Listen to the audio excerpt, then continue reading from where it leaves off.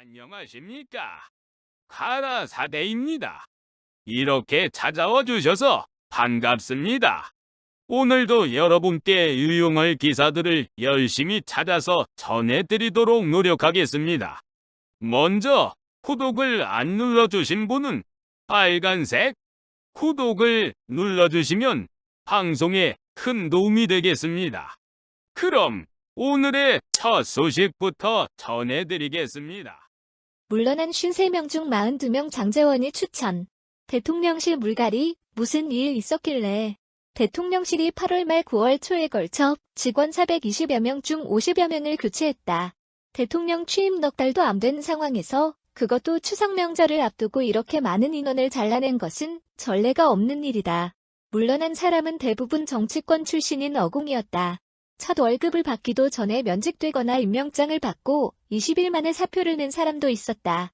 그때 비운 자리 중 상당수는 지금도 공석으로 남아있다. 이달 들어서도 비서관 한 명이 또 물러났고 한 명은 다른 자리로 옮겼다. 현재 대변인을 포함해 뉴미디어, 보건복지, 시민소통, 사회공감 등 비서관 5자리가 공석이다. 김대기 대통령 비서실장은 비서실 쇄신은 5년 내내 계속될 것이라고 했다. 국정감사가 끝난 후 연말까지 교체가 이어질 것이란 이야기가 나온다. 대통령실 개편은 현재 진행형이란 것이다. 대통령실에 무슨 일이 있었던 걸까? 물러난 53명 중 42명이 장제원 의원 추천 대통령실 대규모 물갈이 사건의 전말은 공개되지 않았다. 다만 교체된 비서관과 행정관 대다수가 장제원 의원과 가까운 사람이라고 한다. 대통령실 사정을 잘 아는 여권 관계자는 8월 말까지 53명이 나갔는데 이 중 42명이 장제원 의원 추천 꼬리표가 붙어 있었다고 했다. 그렇다면 왜 장 의원과 가까운 사람이 대거 대통령실을 떠나야 했을까? 장 의원은 윤석열 대통령의 측근 중에서도 핵심 측근으로 꼽혔다. 윤 대통령이 정치에 뛰어들어 처음 꾸린 서울 종로구 이마빌딩 캠프에서 장 의원은 상황실장을 맡아 사실상 경선을 총괄했다. 아들의 음주 측정 거부와 경찰관 폭행 사건이 터지자 잠시 물러났지만 이후에도 윤 대통령과 안철수 의원의 비밀 담판에 배석해 단일화를 이끌어내는데 공을 세웠다. 대선 승리 후에는 대통령직 인수위에서 당선인 비서실장을 맡아 윤 대통령을 가장 가까운 거리에서 보조했다. 지지율 하락에 대통령실과 장 의원 측 책임 공방 그랬던 그가 대통령실과 소원해진 계기에 대해서는 사람마다 이야기가 조금씩 다르다. 마침표 하지만 임기 초반 윤 대통령의 지지율 하락이 원인으로 작용한 건 분명하다고들 했다. 8월 초 윤 대통령 여름휴가를 전후해 지지율이 대선 득표율의 절반까지 떨어졌다. 여권 관계자는 이준석 대표를 물러나게 하는 문제를 두고 여권 내분이 일어난 상황에서 박순애 교육부 장관의 만호세 취약 추진 등 정책 악재까지 겹쳤다. 지지율이 급속히 떨어졌고 누군가는 이에 책임을 져야 했다고 했다. 국민의힘 쪽에선 김대기 실장 책임론이 먼저 나왔다. 경제관료 출신인 김 실장이 정무적 감각이 다소 떨어져 대통령의 도어 스태핑 등에서 문제가 생겼고 이준석 사태에도 제대로 대응하지 못했다는 것이다. 김 실장이 물러나고 장 의원이나 이동관 언론특보 등이 비서실장으로 갈 수 있다는 이야기가 돈 것도 이 즈음이다. 반면 대통령실 내부에서는 장 의원 책임론이 나왔다고 한다. 이를 주장하는 쪽에서는 이준석 쫓아내기에 단초가 된 재선 의원의 비상대책위원회 전원 촉구 성명을 배후에서 조장한 게 장 의원이고 논란을 빚은 박 전 장관을 추천한 것도 장 의원이라는 등의 논리를 폈다고 한다. 카톡방 사건이 도화선 이뤄낸 가운데 사건이 하나 터졌다.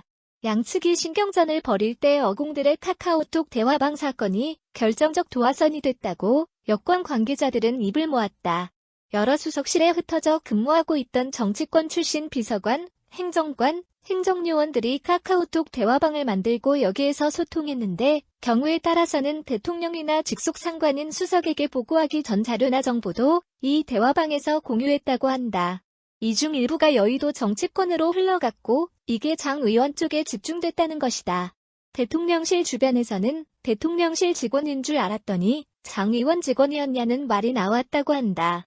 이런 사실은 윤 대통령에게 보고됐고 곧이어 진상조사가 시작됐다. 공직기강 비서관실이 대통령실에 검찰청처럼 조사실을 여럿 설치하고 감찰을 벌였다.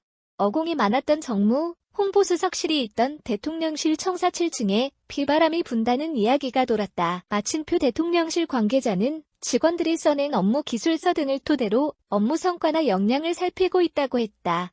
8월 29일 윤 대통령은 출근길에 대통령실은 국가에 대한 헌신적 자세, 업무 역량이 늘 최고조로 유지돼야 한다고 했고, 이는 충성심과 업무 역량 등을 교체 기준으로 삼겠다는 뜻으로 받아들여졌다. 이튿날부터 나갈 직원들에게 면직 통보가 갔다. 정무수석실 비서관 3명 중 2명이 짐을 쌌고, 김무성 전 새누리당 대표의 민주평통 수석 부의장 내정도 처리됐다. 장 의원은 8월 31일 윤석열 정부에서 임명직 공직을 맡지 않겠다며 이선 후퇴를 선언했다. 장 의원 측 인사다 했는데 꼬리표 당연한 것 아니냐. 장 의원은 이후 언론과 접촉을 피하고 있다. 하지만 다소 억울하다는 입장인 것으로 알려졌다. 인수위 시절 대통령 당선인 비서실장으로서 대통령실에서 일할 참모진을 구성하는 것은 공식적인 업무였고 당연히 해야 할 일인데 마치 자신이 비공식적으로 인사전횡을 한 것처럼 비쳤다는 것이다. 인수위 인사팀은 서울 창성동 정부청사 별관과 마포의 한 호텔을 오가며 2에서 3주에 걸쳐 인사작업을 했다고 한다. 당시 실무를 담당했던 한 관계자는 각 부처 장관 인사는 물론 대통령 비서실장부터 말단 행정요원까지 인사안을 짜서 최종 보고한 게 장 의원 아니냐며 대통령실 참모들에게 장 의원 추천 꼬리표가 붙은 건 어찌 보면 당연한 일이라고 했다. 당시 국민의힘 의원들은 물론 당 사무처, 대선 캠프 등 다양한 곳에서 인사 추천이 들어왔는데 이게 모두 장 의원에게 집중될 수밖에 없는 구조였다는 것이다. 이 과정에서 권성동, 윤한홍 등 친윤 핵심 의원은 물론 윤 대통령과 가까운 인사들의 부탁도 다 들어주지 못하는 경우가 생겼다고 한다. 장 의원이 윤 의원과 틈이 벌어지고 대통령 주변 인사들의 불만을 사게 된 것도 이 즈음이다. 여권 핵심 관계자는 장 의원에게 죄가 있다면 대통령의 사랑을 독차지한 점이라고 했다. 장 의원에 대한 신뢰는 여전 위기의 중용 가능성. 장 의원이 이선 후퇴를 선언했지만 윤 대통령과는 관계가 그다지 변한 게 없다는 관측이 많다. 마침표 장 의원에 대한 윤 대통령의 신뢰가 여전하다는 것이다. 요즘 또 서로 소통하는 것으로 알려졌다. 윤 대통령은 지난 25일 국회에서 시정연설을 마치고 퇴장하면서 장 의원 어깨를 토닥거리며 짧은 귓속말을 나누기도 했다. 여권 관계자는 윤 대통령이 위기에 처하면 언제든 장 의원을 다시 중용할 가능성이 있다고 했다. 퇴직자 50여 명 지금은 뭐하나? 상당수는 재취업 성공. 일부는 불만 품고의 제보도 대통령실은 50여 명에 이르는 직원을 내보낸 후 이들에게 일괄적으로 퇴직 공직자 취업 제한 제도 안내라는 문자 메시지를 보내 화제가 됐다. 4급 이상 퇴직 공직자는 3년간 취업 심사 대상 기관 취업이 제한되며 승인받은 경우에 취업이 가능하다는 내용이었다. 이미 취업 시 과태료 부과 대상이라는 경고도 포함됐다. 퇴직자들 사이에선 대통령실에서 근무한 지 석 달밖에 안 돼 짐을 쌌는데 3년간 맘대로 취업도 못하게 생겼다는 불만이 터져나왔다. 하지만 퇴직자 중 상당수는 재취업에 성공한 것으로 알려졌다. 대통령실이 보낸 문자 메시지는 행정 절차에 따른 형식적 안내였을 뿐 실제로는 취업 심사를 통과한 사람이 많다는 것이다. 하지만 여전히 재취업하지 못한 사람이 있고 이 중 일부는 대통령실에 대한 불만을 토로하는 경우도 있다고 한다. 민주당 관계자는 최근 당내에 꾸린 대통령실 관련 의혹 진상규명단에 대통령실 운영과 관저 이전 등과 관련한 여러 제보가 들어오는데 이 중 일부는 대통령실 퇴직 직원이 했을 가능성이 있다고 했다. 이상 가라 사대가 찾은 기사를 전해드렸습니다. 더 열심히 찾아서 알려드리겠습니다. 빨간 구독은 눌러주셨는지요? 그럼 가라 사대 또 뵙도록 하겠습니다. 감사합니다.